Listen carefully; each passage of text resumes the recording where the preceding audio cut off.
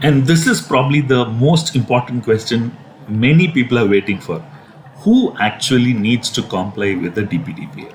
Is it only the big companies or does it apply to small startups, small companies, SaaS companies, fintech companies, or even firms outside of India handling Indian user records like how GDPR asks us to do, right? Say, and the most important question here is say I want to get started with DPDPA. What do I do and how do I get started? Right. So now, as I was mentioning, GDPR was, if you could see, they were the front runners.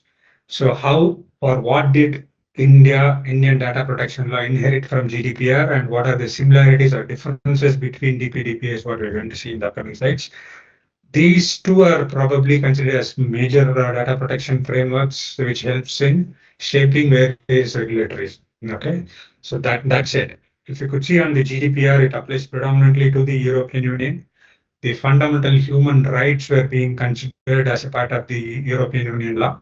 So they were prominently focusing on how do you deal about explicit and implicit user consent, and how do you ensure that data is being transferred cross-border between various European countries and the non-European countries. And they clearly called it out that saying applies this rule is applied only if you're an EU resident. For non-EU resident, they probably did not call out anything. And this predominant GDPR rule would emphasize more on accountability and transparency throughout the life cycle. When I say life cycle, it starts from the moment you gather all the data, and how do you store it, how do you retain it. Most important thing, how long do you retain, what could be a retention per your regulatory norms, and how do you securely purge the data at the end of the regulatory period. Say, for instance, if it's going to be a banking or a financial transaction, there are some organizations or some governments which would want us to have a 7 year or a 10 year retention period. As an organization, we are bound to follow that. And in case if you are not going to do that, it's considered as a breach of compliance.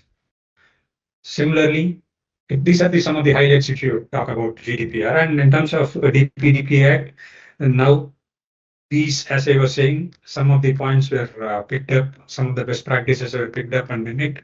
Now, the focus of the DPDPA is primarily to ensure accountability, clear consent, and lawful data.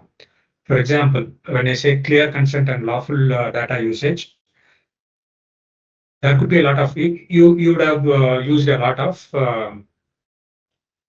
mobile delivery apps. For instance, if you could use an Amazon or a Big Basket or a Zepto, I'm sure you would have given consent to share your location. Today, currently, people gather your location for various other purpose, but moving forward, the government or now the forum wants to ensure that whatever data is being collected, it's used for specific purpose. Meaning, if I collect a location information, related information, that should be used only for delivering certain goodness towards the end user. It cannot be used for improving the customer enhancement. So you get a difference, right? That is what the government today is focusing on. That's what we are probably moving towards it as well. And this DPDPA is going to apply for both Indian businesses and foreign entities who offer services to people in India. If you could recall, the applicability for the GDPR was EU residents, and now we have also got it for foreign entities for the people who are in India. And balances innovation and individual protection in a consent first framework, meaning our framework is predominantly focusing on the consent related activities as a first step, followed by which additional associated activities would move on. Right? So now, as an organization, what is that we are obligated to do towards compliance? Okay, GDPR mandates a data protection officer, whereas our DPDPA clearly calls out that significant data fiduciaries must appoint a data protection officer and conduct regular audits. When we mean regular audits, it could be your data privacy impact assessment, your data protection acts, and how do you ensure that data is being handled appropriately with all the defined frameworks and structures. And the organizations are expected to go ahead and share the results. And there could be a audit from the external or the from the data protection board to see if the significant data fiduciaries are performing and following all these things. Okay, that would be a part of the first thing in terms of compliance obligations towards implementing DPDPA. And as I said, impact assessment, a significant SDF or the significant data fiduciaries must conduct a DPAA and a periodic audits and the results reported to the concerned authorities. And in terms of breach notification, GDPR is very stringent and say the moment you know, you in a sense, it's your organization know that your data is breached or you have a data leakage, it has to be informed towards the authority, the European authority within 72 hours, followed by which the activity would start. And then DPDP has also given a time-bound notification. The notification should also reach and extend to the end user or the affected individuals. It's not like just the organization go back and say to the data protection board, hey, we just got breached. Okay, the notification has to reach all the selected, all the relevant stakeholders is what we are now focusing on.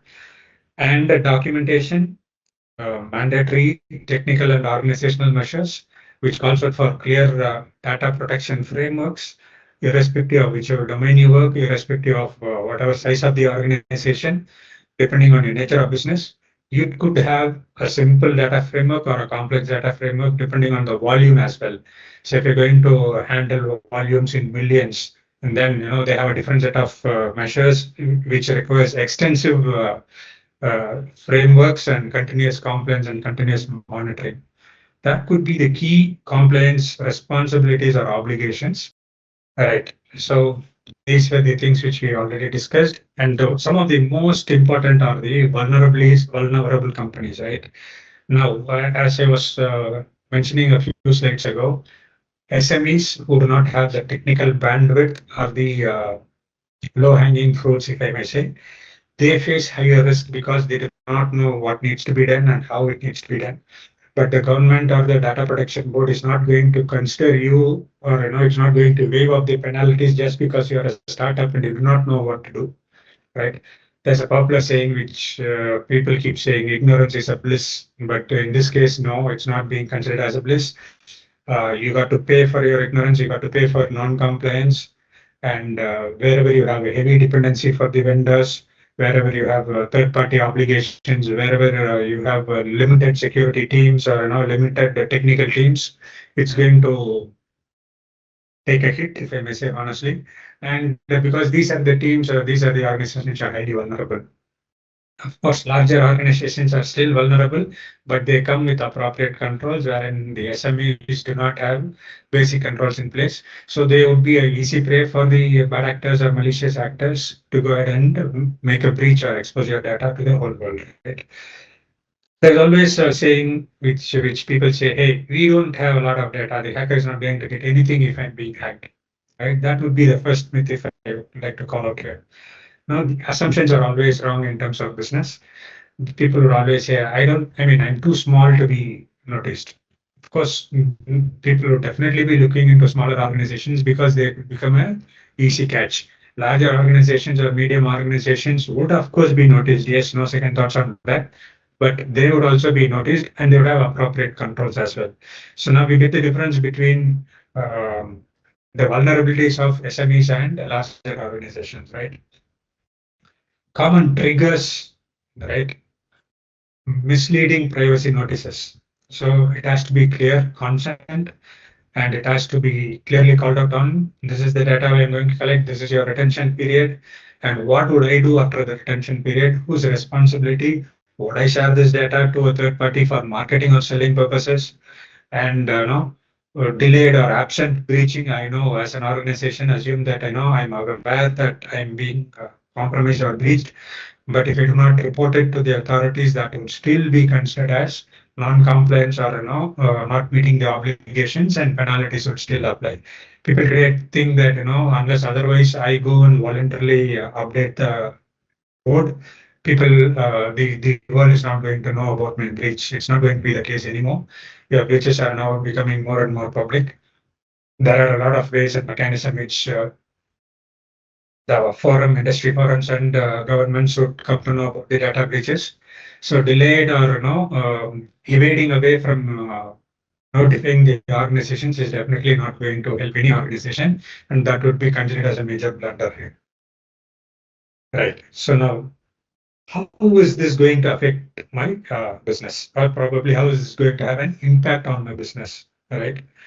So if you're an organization who are already compliant with GDPR or a CCPA or a Middle East regulation or a Singapore regulation, we could fair enough say or comfortably say that we are a 60 to 65 or 70% prepared because the controls overlap in nature. And additional controls is what we need to go ahead and identify and then address it. But as I said, when if you're going to ignore as a business, could be you're a small scale industry or you could be a large organization, medium and a larger organization. So your financial exposure is going to take a hit. There are high probability that the organization should go bankrupt due to uh, the penalties. And keep in mind that insurance is not going to pay, even though you have a cyber insurance, and they are not liable to pay you for your data breach due to negligence from either as an employee or as an employer. So meaning there is no backing or there is no support just in case if something goes wrong. So we need to ensure that all these things are plugged. And reputational damage, of course, needless to say, a lot of reputational damage, loss of revenues, loss of clients, and loss of business is going to end the organization. And it's going to be a lot of rework. And the boardroom topic is going to be all about what could be the impact of ignoring DPDPS, right? So bottom line here is treat DPDPA as a business enabler and not as a one-time activity. Meaning, if you could have observed, I would have used the word continuous compliance in multiple occasions. So continuous compliance is a way of working in which we ensure data privacy is being met to, data security is being adhered to, information security. All these things are day in day out activities across the organization. Even if you are from a HR department or if you are from a developer community, or if you belong to a pharma industry or a banking and financial, irrespective of whatever organization you belong to. So both these frameworks would help hand in hand, and this has to be definitely non-negotiable thing. And now the board members has also taken this into account. Security was also a part of the discussion earlier. Now privacy would also be a part of a non-negotiable discussion points across the senior management and boards from the uh, markets today. Right. So who all can comply now? Right. That would be a question which which typically people keep asking. Is it applicable to me? Right. So yes, it would be applicable if you're going to collect any type of data, irrespective of whatever business you are in. Say, for example, when I say any type of data, any type of PA data, and who all must comply with DPDPA? Startups. You could say, hey, we are just a 10-member organization. We have just started up. Is it still applicable for me? Yes, just in case we are going to collect either the employee data or your client data or your prospective client's data. It could be for a legit business use, agreed, yes, but still DPDP applies to you.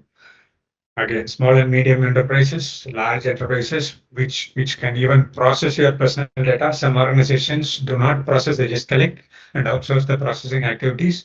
So even if you start collecting, irrespective of you whether process it or you do not process it, you are bound to have compliance or obligation towards implementing DPDPA.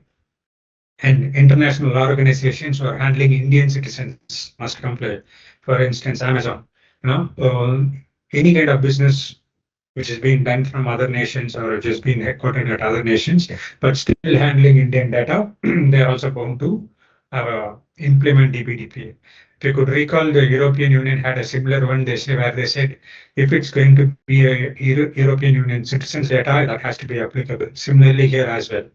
All these put together invariably points that every other organization or every other business operation center would need to go ahead and comply with the PDPA, even if it's going to be a 5-member team or a 5,000-member team, or whichever domain you belong to. Now, if it's going to be applicable for me, what is that I should go ahead and do as a top set of activities, right? So the first thing, as DPDP is always focusing on consent-related rules, so which means that consent must be clear, informed, and purpose. Meaning, it's just not saying, "Hey, we go ahead and collect your data." that cannot be agreed as a consent collection. Consent has to be clear, meaning it has to list down all the things which is being collected. Say, for instance, your name, your date of birth, or your geographic location, or your health records. And it has to be purpose specific. As I was mentioning earlier, if you're going to collect information related to location, that should be used only for that purpose, meaning to understand where you are and where that product should be delivered. It should not be used for other purpose like customer enhancement or customer experience related thing. Similarly, the moment you collect, it would be easy for all for us to go ahead and click the yes button and agree. Okay, I agree to all these things, right? So similarly, now the DPDPA wants us to have a ease of withdrawal as well. So the withdrawal mechanism should be as easy as you giving consent to or agreeing to. It has to be both similar, and there is no more forced consent. For example, if you would have seen or observed in multiple sites, unless otherwise you click the I agree or share, you'll not be able to move, right? So meaning no more forced consent. It is going to be an explicit call out. People has to know what is being collected, and organizations or software providers has to declare what is being collected for what purpose and how that would be used. So in all possibilities covering every other angle, the end users are being now notified or will be notified in the future depending on the implementation progress. So now the responsibility again comes back to the end user. You know what kind of data is being shared, and you should be always clear, conscious to see what is that being collected for what purpose and how would the organizations handle. So now you also have the, as an end user, you also have the responsibility to go back and request to them, hey, can you go ahead and delete my data or erase my data? Right? So those are the basic consent rules and privacy related notice. And if you could see now, government has also called out these notices has to be collected, and they have listed some 15 plus Indian languages. So the notice, no more, it will not be enough if you just have these notices in specific languages. It has to cover the regional language as well. Right? Now, having said that, we have collected all this information, collected all this PAA, and we just can't afford to keep it as long as we need, right? So there are industry regulations and obligations, or even contractual commitments or obligations from your end clients. They would say, hey, can you retain my data for not more than 5 years? So we agree and sign on the dotted lines, meaning you have to keep the data only as long as needed. You need not have it beyond, and there has to be a mechanism which clearly calls out how was that the data would be destroyed beyond the data retention period. Okay, this has to be also inbuilt into a part of your framework and individual rights. So how would people know what kind of data the organization is having? And the key thing here is to appoint a data protection officer.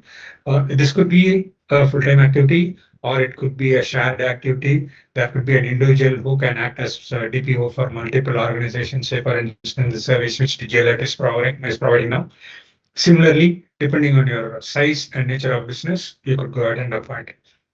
A lot of SMEs have a pain point today is that they don't have the technical bandwidth. I may not say skill, but the bandwidth for the end users or the employers to go ahead and have a formal or dedicated full-time DPO.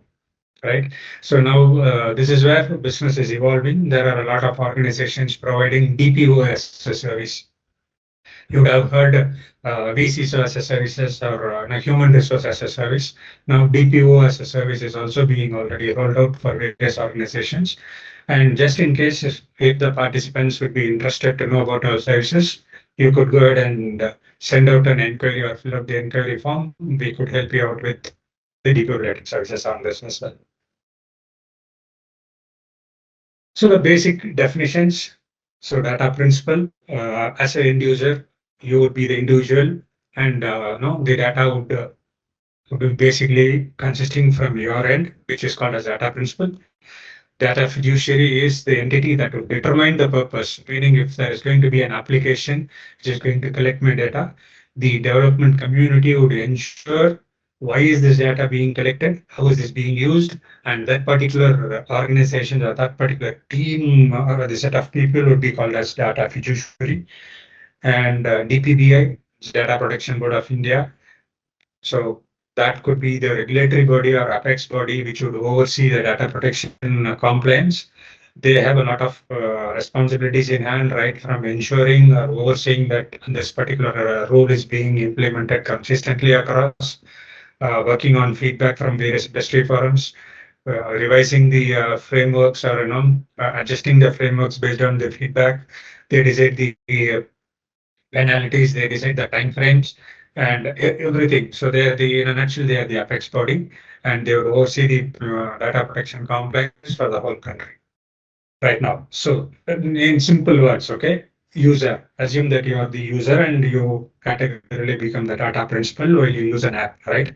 So the data fiduciary is the one who's going to prepare or who's going to develop that app, which is going to collect information from you. Could be a simple e-commerce application, or it could be a weather-related application or a complex application. So it has to collect your consent. It has to explicitly call out, agree, and proceed. Right. So these are the responsibilities of data fiduciary as an organization. It's not possible for anybody of us to fail here or overlook these activities. That's what we are looking into, and ensuring continuous compliance, which is the data protection board across the country, right? So that is at a high level where we see moving forward. Now we would also like to understand, okay, now the government has introduced a DPDPA. How is this going to help me as an individual or as an organization? What is the pain point and how are the pain points being addressed by this DPDPA? Right? If you could recall, even today, there are instances where every other application would collect a lot of unwanted information. There has been a lot of research and studies and data which has been published. And astonishingly, more than 65% of the apps which being used or installed today in either of your IT asset would collect a lot of unintentional or unwanted information, which is nowhere related to the business, but they still go ahead and collect that, use it for various um, data marketing purposes, or they sell or transfer it to a third party, and it all gets without even your consent, the data gets shared and leaked. And the most worrying part was there was no data security, meaning whoever was collecting your information did not have or did not apply any security protocol to retain your data or to protect your data. Now, and of course, the users did not have real information, or the users did not have real control on what was being collected and how is it being used. These are the key areas which the government wanted to focus. And now all these things have been ironed out, wherein clear accountability has been assigned, individual controls are now existing. And earlier there was no standard practices or there was no standard framework. Now today, DPDPA has a clear and a defined responsibility which could call out what needs to be done, how it should be done, and how long this sustenance or continual improvement towards data privacy should be implemented with real penalties to ensure that all these things are happening in tandem with business as usual. And always, bottom line, keep in mind, data privacy or information security is always or should always be considered as a business enabler rather than a one-time activity. Right now, I have gone ahead and implemented DPDPA.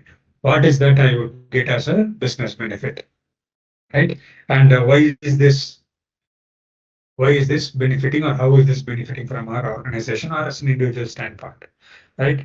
Various data suggests that the moment you go ahead and say, hey, we comply to GDPR or we comply to DPDPA, the trust or the due diligence which is being done by your customer multiplies, right? So that would be a win-win for both the organizations, meaning your clients should also be comfortable knowing what you do in terms of the data collected, and you would also be in a better position to expand the business, and that would in turn help you out to grow a lot. Your year on year or quarter on quarter business or client acquisition is going to jump multifold. And the data suggests that B2B sales were up 40%. Okay, the moment you go ahead and say that we go ahead and implement all these global frameworks, including DPDPA, and by doing this, invariably your brand value, your brand reputation is gonna jump.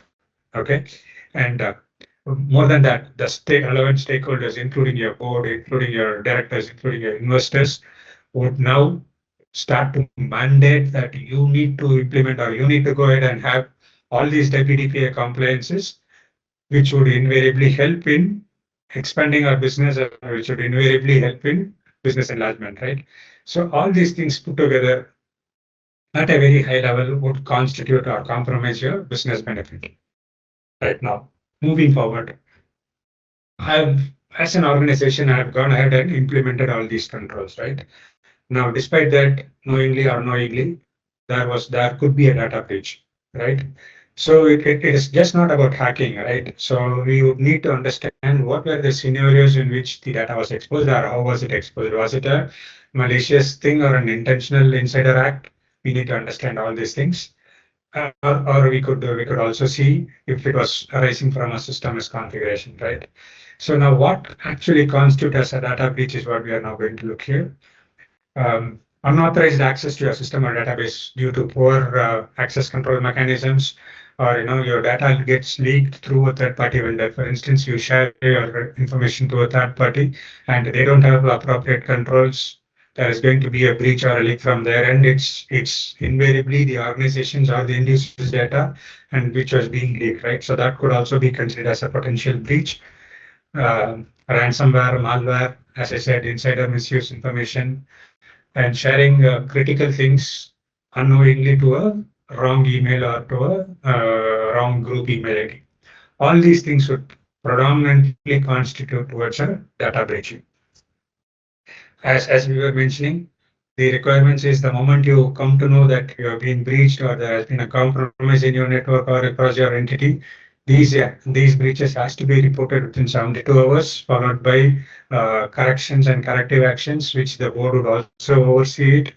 The organizations has an obligation to go back and report with clear documentation, which calls out for what went wrong, what was the primary root cause for this, how is this currently fixed, and what could be the preventive actions moving forward, which would be taken to ensure that these things are not recurring. And keep in mind that recurring data breaches or recurring compromises would double up your penalties. So if it's going to be the first time, or the government may, depending upon your data breach intensity, may come up with a number. But if it's going to be a repetitive occurrence, the fines is going to run into multi-millions, and we have to keep a close eye on that as well. Right. Some of the scenarios, if you could see the real world scenarios in 2025, we are talking about the current year. If you could see, 1,600 crores of credentials were exposed. That was a global breach, including your email IDs, your passwords, everything.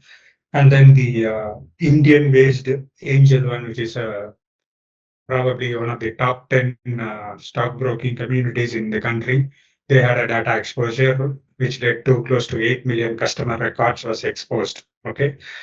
This was considered as one of the largest India's financial sector breach in 2025.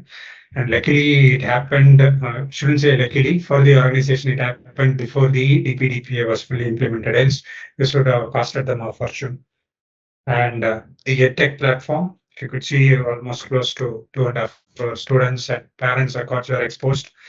So now these exposed data included a lot of PA-related information, like your emails, your technical related information, your IPs, your profiles, everything. Right. So what does these numbers indicate here? It invariably points to a basic information, or it invariably implies that the data protection or the data protection framework or the lack of data controls would affect the real people. It's going to affect the end user. It's going to affect the organization, and it's going to definitely have a major impact in terms of you multiplying your revenues, or you expanding into new geographies, or if it's going to be acquisition of new clients, right? So again, bottom line here is to see DPDPA compliance is not about not just avoiding fines. Our objective is not to evade fines, but it's about primarily protecting the data and collecting and ensuring how the data is being collected, how it's being stored, processed, which invariably points to a end-to-end reputation of the organizations as well. All right. I think that was really good discussion, and hopefully it cleared a lot of confusions around DPDPA. If there is one takeaway from today, it is just that DPDPA is not a legal checkbox. You don't plan it like a small checkbox for a compliance reason. No, it is about accountability. It is about trust. It is about being ready for what is actually coming next. And I think 2026 is the year businesses really need to start acting on it. And thanks a lot, Somnath, for taking your time and breaking this down in a very simple, practical way. Right? For everyone watching this video, if this conversation helped you even a little bit, do like this video, share it with your teams and founder friends, and please do subscribe to this channel. We'll be doing more conversations like this around cybersecurity, compliance, real world business challenges, and we'll also be coming back with more DPDPA focused videos covering practical steps, common mistakes, and what businesses should actually do on the ground. And once again, thanks for watching, and I'll see you in the next one. Take care.